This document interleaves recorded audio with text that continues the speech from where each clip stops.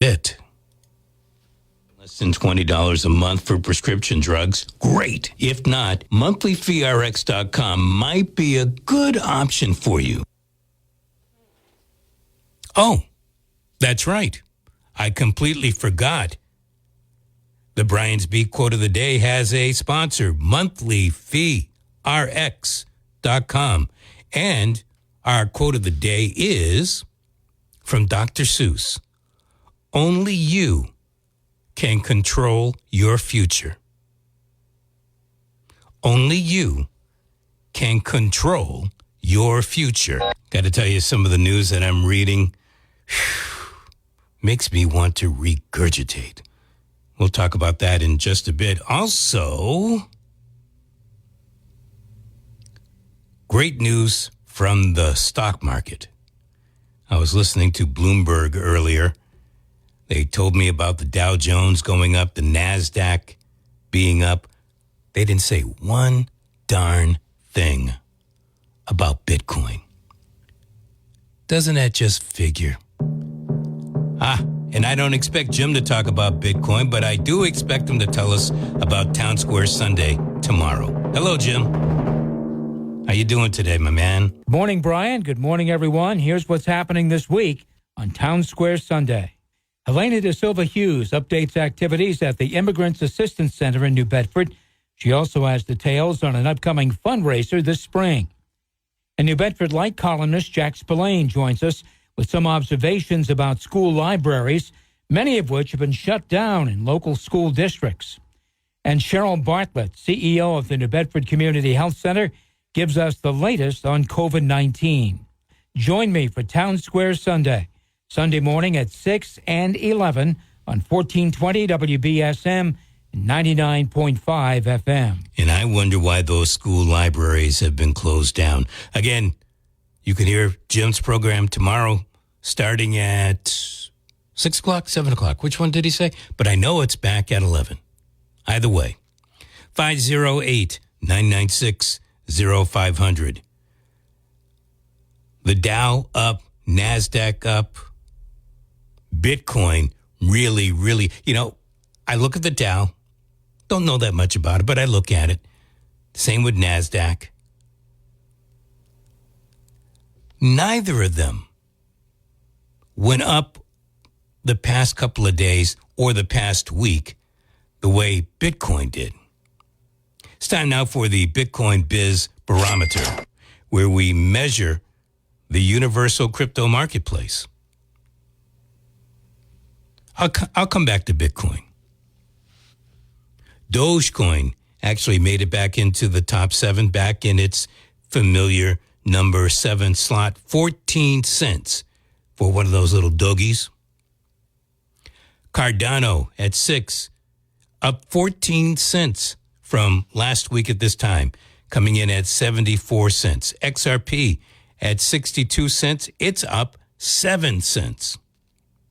Solana had a nice jump, $20 up to $129 for Solana. Binance Coin coming in at $410 this morning. That's up $54 from last week at this time. Ethereum, 2,776. That is up $652 from last week at this time. Bitcoin, earlier in the week, latter part of the week, but a few days ago, Bitcoin crossed over $60,000. 60,000 for one Bitcoin. This morning, when I took the numbers, it was just under 62,000. And I believe it actually got as high as 64,000.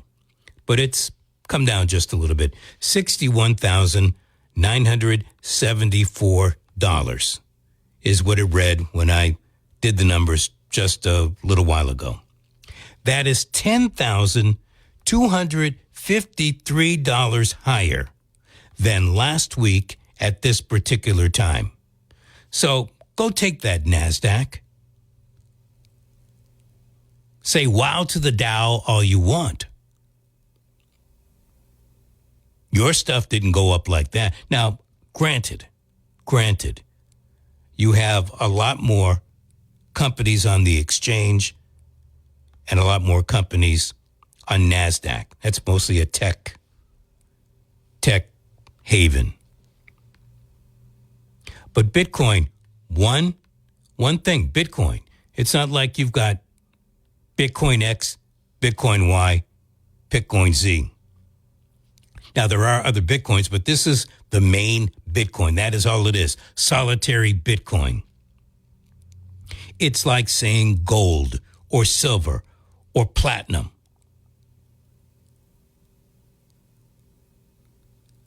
$61,974. That's where it's at now. And I'm sorry I didn't do the numbers, but I know if I were to say, if you bought that Bitcoin last year at this time, you'd be up about $30,000. Yeah. I'll double check, but yeah, I'm pretty sure you'd be up about 30,000. So let's just remember that. Not that you're going to go out and buy it, or you're going to sit there and say, wow, I wish I'd gotten in at the time. Now, when's the best time to plant a tree? 20 years ago. When's the next best? Today. Same thing with Bitcoin. I'm not trying to push you onto it, even though it sounds that way. 61,974. When we go into the next break, I will take a look at the numbers to see exactly where Bitcoin was last year at this time and maybe even the year before that. Okay, let's get busy. I was in studio with Barry yesterday afternoon, and he told me about the story that he found on the Tampa Free Press. Tampa as in Florida. Tampa Free Press. Massachusetts eyes Medicaid funds to pay for migrant housing.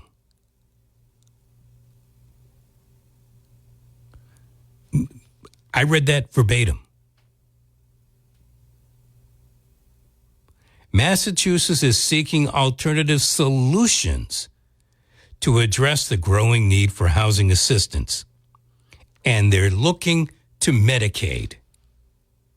Can you believe this? If there are Medicaid recipients listening to what I'm saying right now, in essence, money that might go to help offset a bill that you have, an X-ray, an MRI,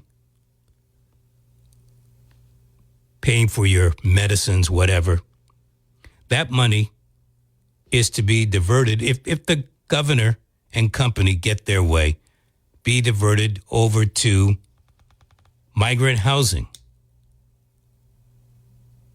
Any thoughts on that? I know what I'm thinking. How much money? Couple of ducats. Couple of billion ducats. $2 billion is the estimated federal reimbursement. So now you can put both hands up in the air and kind of do that scale of justice. Do you want to pay for it with your state tax dollars, or do you want to pay with your federal tax dollars? Either way, guess who's going to pay? According to Axios, the state aims to offer up to 6 months of housing assistance through Medicaid. This plan comes as emergency assistance shelters in the state have reached capacity due to the influx of migrants. Now, apparently, as the Healy administration offered this plan up to the feds, because if you want federal reimbursement, you have to have some kind of plan. apparently the people that are going to get this housing assistance would normally qualify for Medicaid. One, if you don't want to, I will. I will ask the question. How do people that come from outside of the country, whether they come here legally or illegally, how do they qualify for Medicaid? In fact, and I could be wrong about this, but if you are a legal immigrant, I don't think you qualify for Medicaid. I think one of the stipulations about being a legal immigrant is you got to be able to take care of yourself, or somebody else has to be able to take care of you. So how? Why?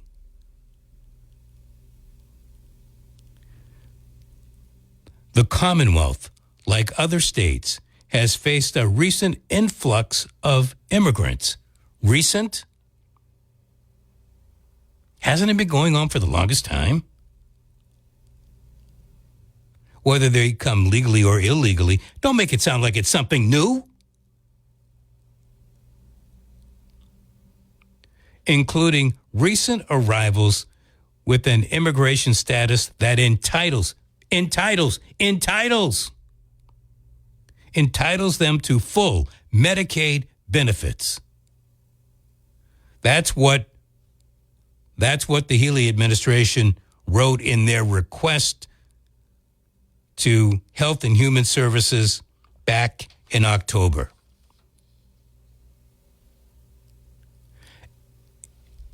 I want, if you are a in-state and you've lived here for a while, you are a U.S. citizen, and you happen to be on Medicaid. And by the way, you could be on Medicaid and not be a U.S. citizen. You could be a legal resident and everything was going well, and all of a sudden you do qualify. My question to you is, how do you feel about the Healy administration applying for Medicaid reimbursement for those that are here illegally? Now, I admit that some of those that are here illegally today may actually end up being here legally tomorrow, whenever tomorrow may be. But at this particular time, whatever happened to just say no? So, and that begs the question. The Biden administration hasn't answered the request as of this time. What do you think is behind all of this? Yeah, I know the Commonwealth is in financial dire straits. But don't you believe somehow, some way, somewhere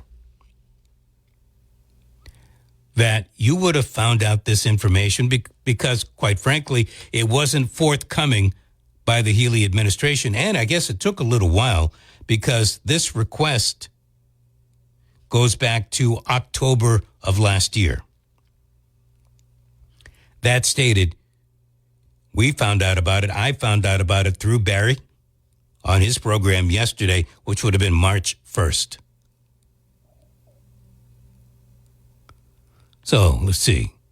October, November, December, January, February. We'll say 5 months. That's a long time for us not to know. And if it hadn't been for a reporter by the name of Brian Burns with the Tampa Free Press, we might not know about this story right now. So I wonder if those that are on Medicaid are planning some type of protest to try to save their reimbursement. Look, Medicaid is for health-related issues, not housing-related issues. Sometimes it's as simple as that.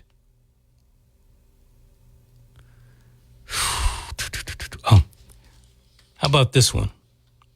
According to the story, I'm going to read the sentence directly for you. The availability of federal reimbursements would not only alleviate the financial burden on Massachusetts, but also incentivize other states to explore similar approaches. Let me come back to what I said earlier. You got a choice. You want to pay for it through your state tax dollars or your federal tax dollars. And you might be thinking, well, the state tax dollars will be more because there are fewer of us. Until all 50 states start doing it, then what?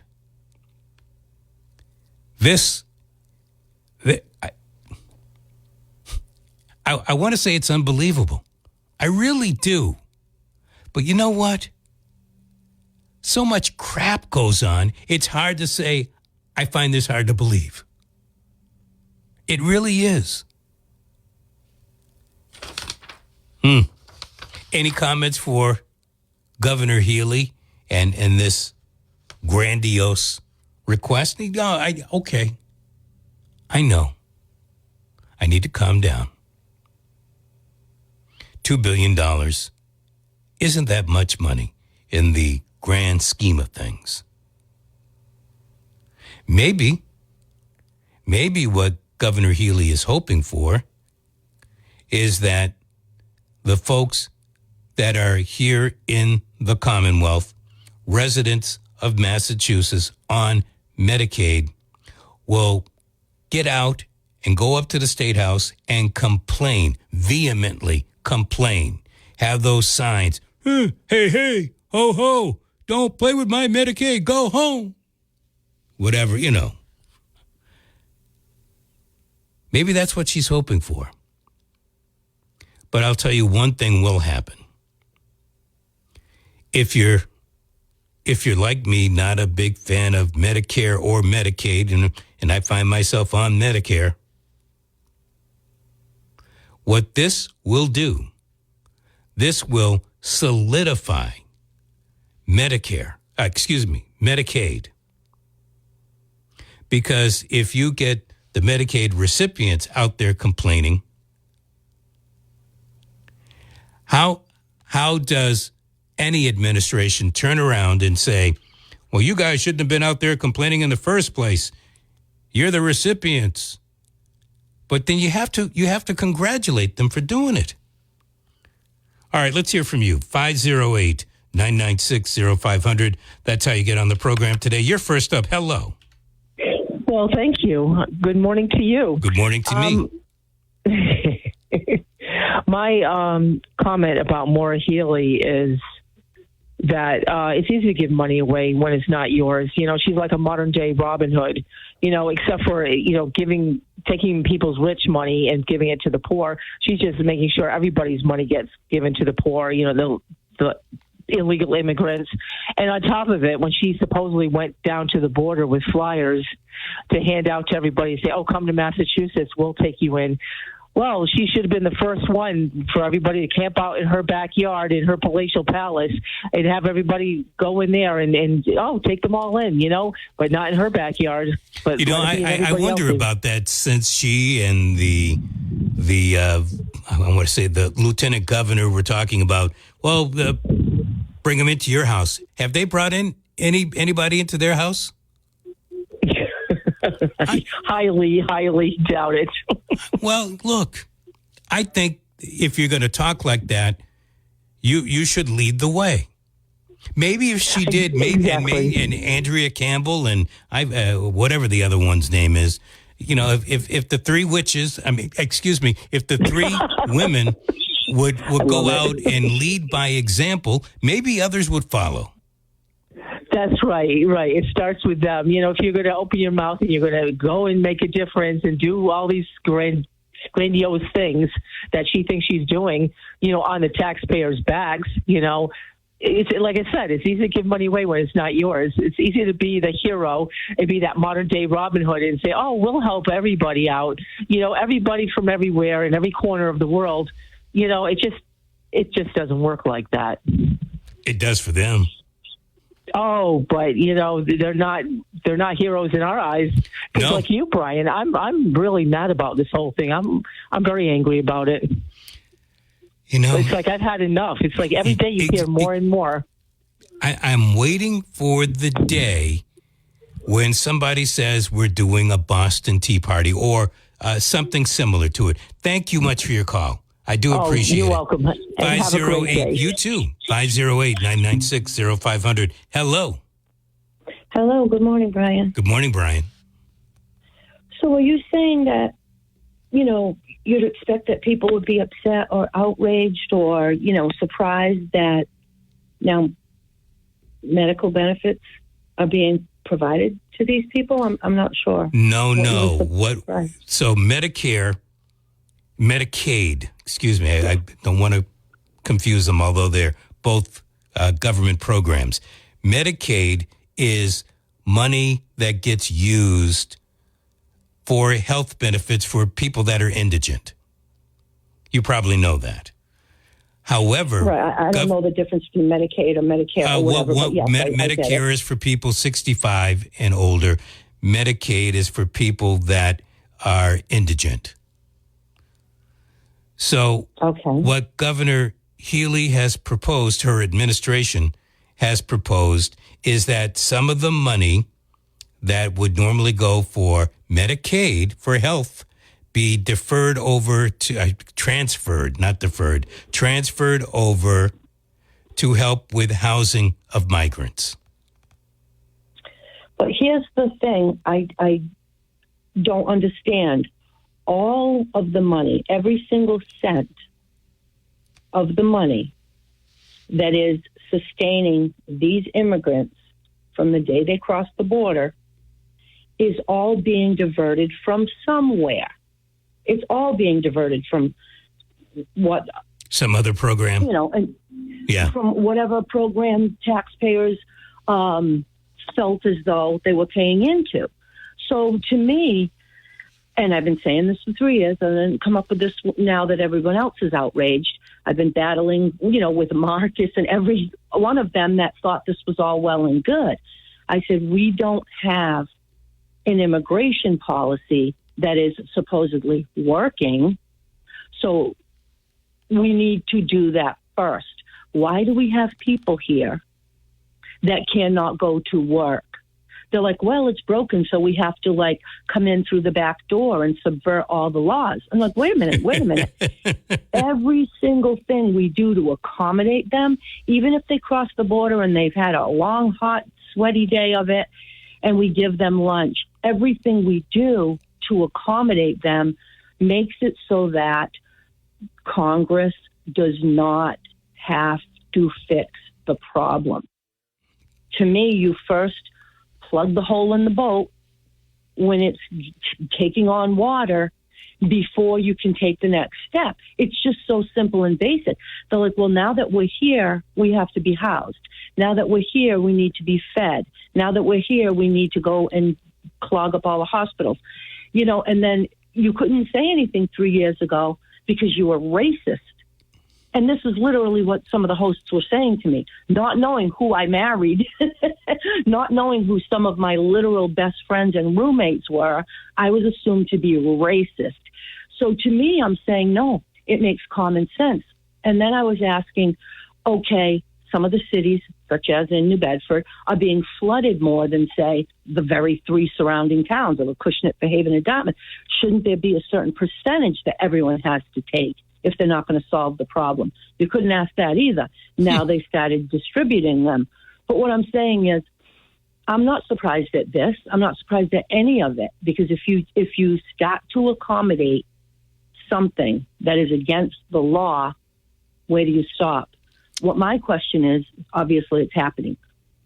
If we've been told that our money is going for a certain thing, I feel as though there's a way we should be able to sue the governor for